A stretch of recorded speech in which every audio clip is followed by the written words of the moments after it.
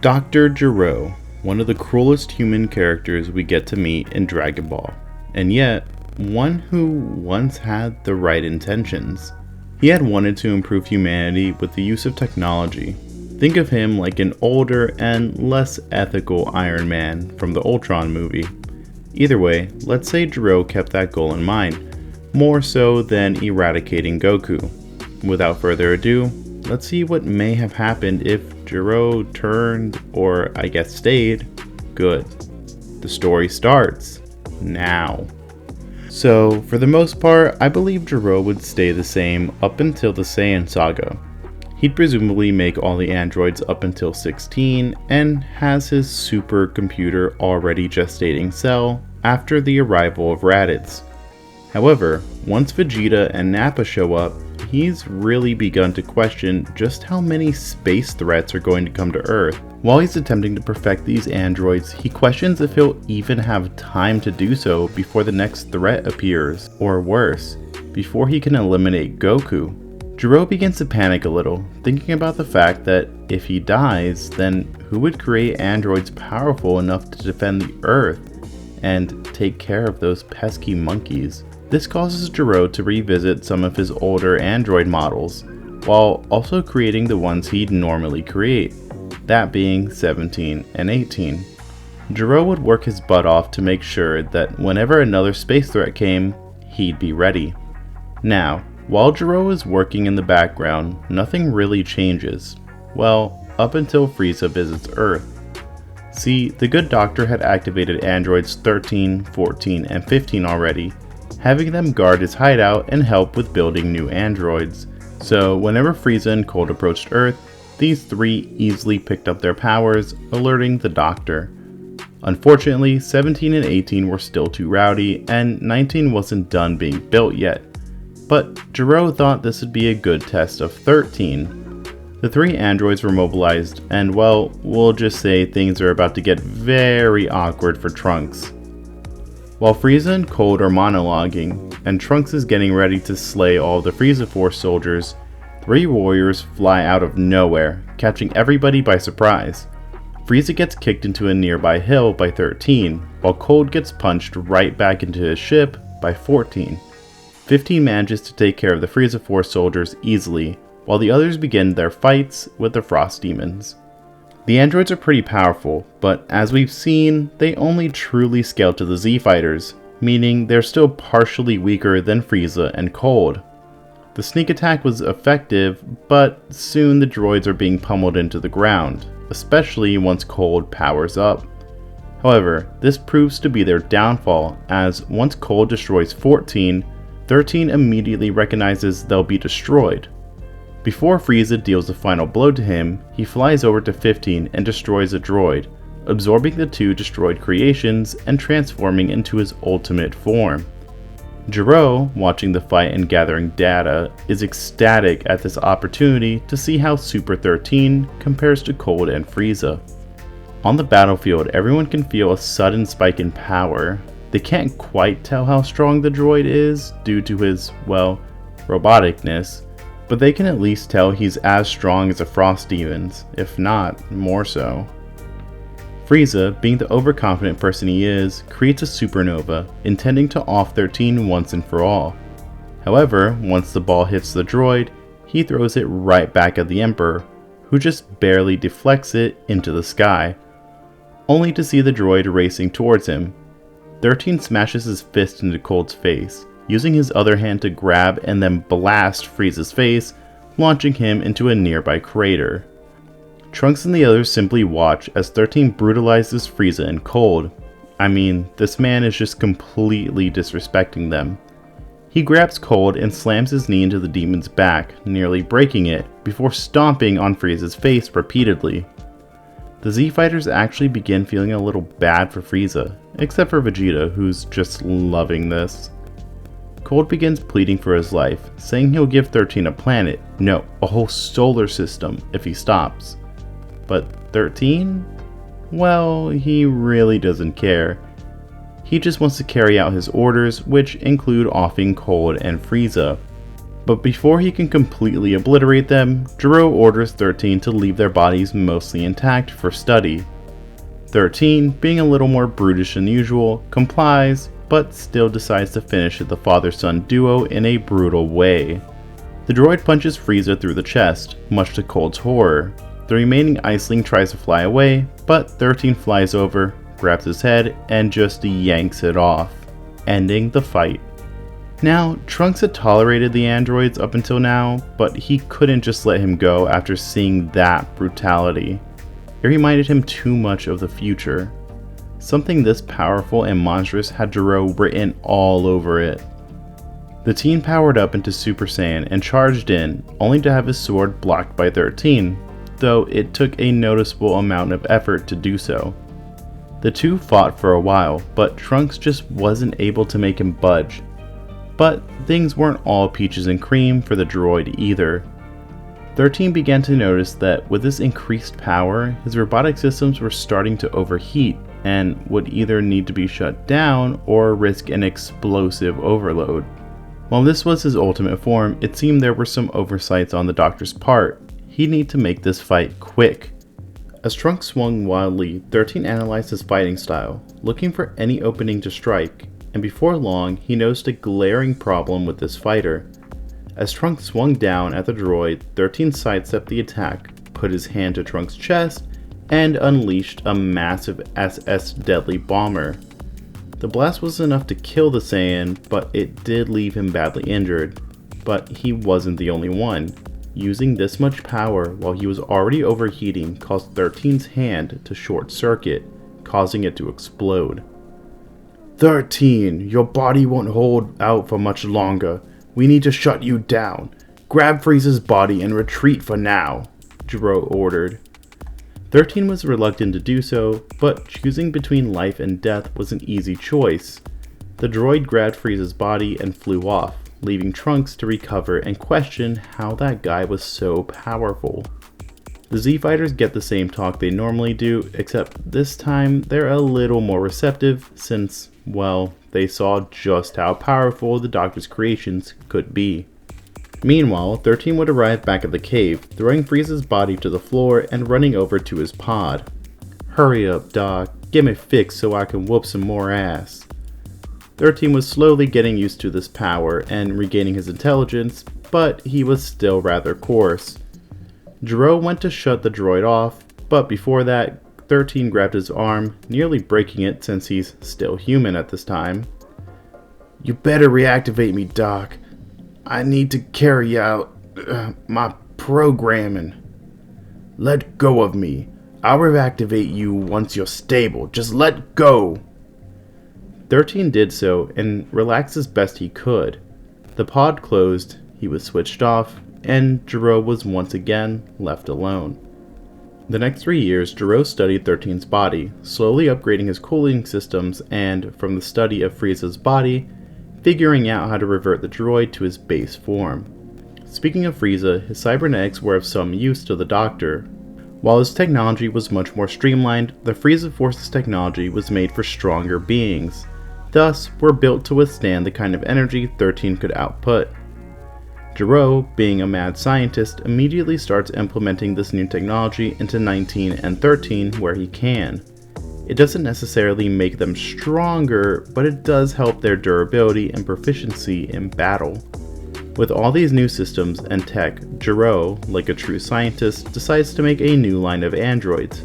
He'll keep his others intact, but using Frieza's form as a baseline along with its physiology, he decides to make a droid that is intentionally made for protecting the Earth from space. While 13 and 19 are made for ground defense, these new droids will be made to survive in orbit and protect from there, as well as being able to handle extreme elements such as deep water travel and whatnot. Ooh, maybe he can even set up a base on the moon with these new droids, but that would be a project for the future. For now, he'd focus on the new droids and upgrading his previous ones. Honestly, after completing 19, Gero was able to make much more progress than he thought possible, including making his Android 20 body. By the time the 3 years are up, Gero hasn't finished the new droid, but it's close, while 13, 16, and 19 are all pretty strong, being closer in power to 17. However, because Gero is hyper-focused on finishing the droid, he doesn't attack South City, but that doesn't mean he isn't preparing for a battle. The Doctor, after 3 years, thinks he's finally perfected 13 and 19, and so he chooses to awaken the former. The droid is confused on how he's in his base form, but Gero explains what upgrades he's installed in these 3 years. Gero then lays out a plan to test both 13 and 19 out. His drones had picked up the conversation Trunks had with the Z-Fighters, so he knows they'd be around South City. Gero tells the droids to go there, but not to destroy anything since, well, he does care about humanity here. The two comply, with 13 being excited to try out his new powers. With the use of drones, 19 is able to locate his targets, and let's just say it does not go well for them. 13 immediately powers up into his super form and launches a Super SS Deadly Bomber at the little island. He and 19 fly out to intercept the remaining fighters, with Goku being the first to stand up to them. 13 and Goku begin their fight, but everybody can tell this isn't exactly fair, even before the Saiyans virus strikes. While 13 is having fun beating Goku into the ground, 19 holds off Piccolo and the others, easily being able to take Tien, Yamcha, and Krillin out of the fight. The fights overall go in the android's favor, although 19 does have some trouble against Piccolo and Gohan's teamwork, but once they launch a double Masenko, 19 absorbs it and gains the upper hand. With the energy from that attack, the droid begins putting the hurt on Piccolo, which does cause Gohan to rage out, but even in that state, he only manages to slightly damage 19. Seconds later, Goku's virus strikes, which causes 13 to stop his assault, as fighting a sick person isn't really that fun. Luckily, Vegeta shows up, and 13 has another person to pound into the ground, with Gero watching and recording data for his new IGA androids. However, there's one little problem with all of this. Due to the fighters being off in another part of the world, a certain Bugman is free to pay his creator a visit. Whilst Gero is watching the fight, his lab doors suddenly open, something that only he or his creations should be able to do. The Doctor whips around, coming face to face with Imperfect Cell, who was hungrily looking at 18 and 17's pods. Gero, being an intelligent man, quickly puts together who this could be. "You, don't tell me you're the bio-android in the basement, number 21. Gero looked over towards the remote designed to get rid of the androids, which Cell notices. "Yes, Doctor, I am. I prefer something with a little more flair though. Something like Cell." The Bugman uses Tell to smash the nearby remote, getting rid of it before it became a problem. "What are you doing here? And why do you have a tail? I've already begun making changes to 21 which render absorption obsolete." Gero backed away, eyeing 16's pod. It was the only android he could safely reactivate, but he didn't want it to get damaged either. "Oh, I'm sure you have. The Doctor in my timeline forgot all about me, but his computer didn't. All these new advancements and gadgets made me gestate faster than he ever thought possible. I was born without him knowing, but by the time I came out, the androids had already been taken care of. Why am I here? Because you designed me to be, to seek out perfection, and here I am." Cell turned his attention back to the pods and began walking over to them. Gero, being a man of science, did want to see what this perfect cell was like, what the power and physiology of this being would be. But this primitive obsession with being perfect seemed dangerous, like a defect similar to 13's, but far worse. No, this android needed to be shut down and reprogrammed. Gero ordered Cell to stand down, but the bug ignored him, reaching over to 17's pod, this only proving the Doctor's hypothesis.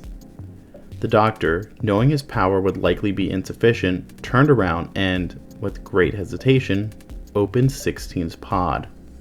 However, just as 17 awoke and 16 began to stir, a large blast caused the lab to be blown away, leaving only the ground and its inhabitants standing there.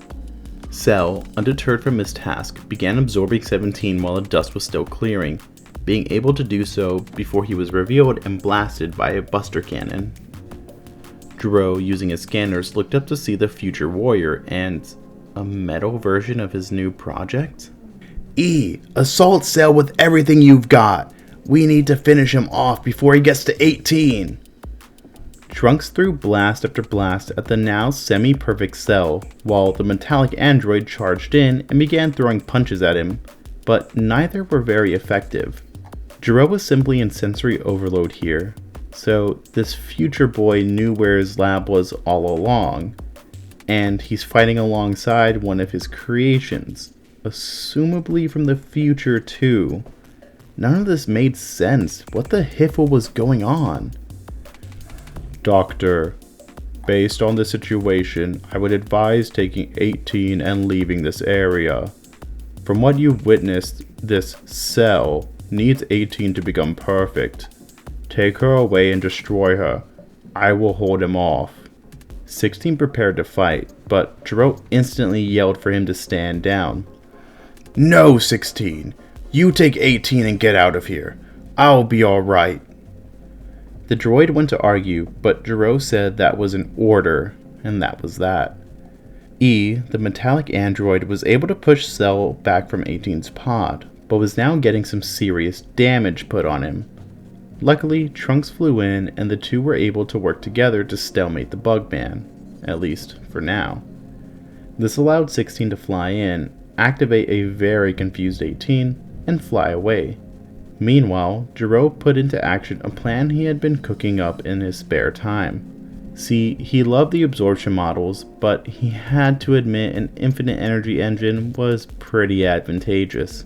So, he of course began working on a model that combined both. He hadn't planned on using it so soon, it still had some kinks to work through, but it'd have to do for now. Gero contacted his supercomputer, ordering it to send this new suit out. In true Iron Man fashion, a suit, or android body, flew up out of the sublab, zooming right over to the doctor. Gero removed his cranium and placed it on this new body, and instantly felt the difference in power. He had never been big on fighting himself, but Gero couldn't lose 16. Nor could he let this abomination continue his rampage on Earth. He knew what his programming contained, what he'd do if there was nobody to oppose him. And so, the good doctor powered up, unleashing waves of energy that halted the fight between Trunks, and Cell. Oh, Doctor, all that power won't get you anywhere if you have no skill, Cell taunted. I'll show you just how much skill your creator has. It's time to dismantle you, Android 21. But that's where we'll be leaving it off for right now. If you guys made it this far, I really appreciate it. And my gosh, we're only 15 subs away from 300. Guess that's what happens when you upload regularly, huh? Anyways, I'm glad so many of you like these what ifs. I honestly can't believe how much interaction I've been getting recently. With that said, you guys have a great day or night wherever you are. That'll be it for now. Bye bye.